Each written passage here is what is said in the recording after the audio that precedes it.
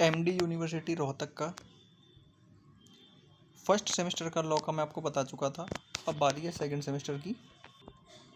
तो second semester में हमें ये सारे सब्जेक्ट पढ़ाए जाते हैं, टोटल 6 होते हैं। देखो, हर कॉलेज का शायद अलग अलग रूल हो, पर हमारे कॉलेज में ऐसे होता है, ठीक है।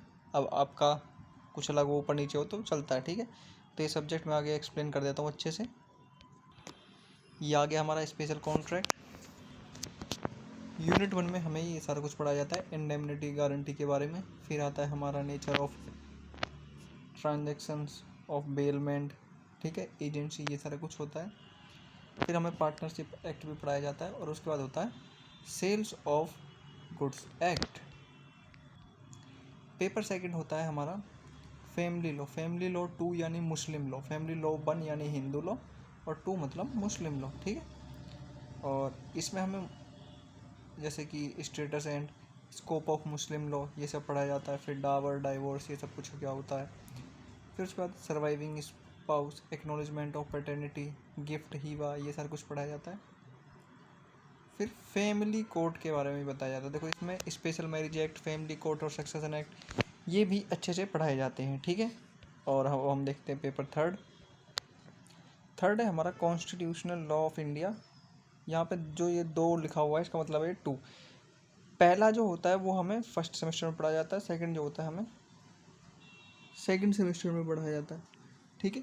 तो इसमें हम देख लेते हैं एन इंट्रोडक्शन पार्लियामेंट। मतलब इसमें जो बचा रह जाता है वो सारा का सारा इसमें ही कंप्लीट हो जाता है दूसरे वाले पार्ट में। जुडिशरी और आपका रिलेशनशिप बिटवीन यूनियन स्टेट, अगर आप गौर करेंगे तो आप देखोगे ये सारा हमें 11th पता नहीं 12th की उसमें पढ़ाया जाता है, बीए में भी पढ़ाया जाता है। अब ये जो समझेगा वो जानेगा, जिसने नहीं पढ़ा वो क्या समझेगा। अब है हमारा पब्लिक इंटरनेशनल लॉ, ठीक है।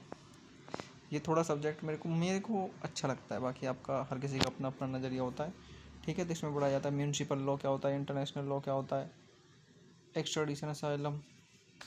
ये सब जब आप पढ़ोगे तो आपको बहुत ईजी लगेगा, अच्छा भी लगेगा पढ़ने में, क्योंकि ये ईजी होता है। वॉर क्या होती है, खासकर जो गैंगस्टर टाइप के बच्चे हैं उनको तो ज़्यादा ये वॉर वाला तो और अच्छा लगेगा कि क्या होता है वॉर। Human rights.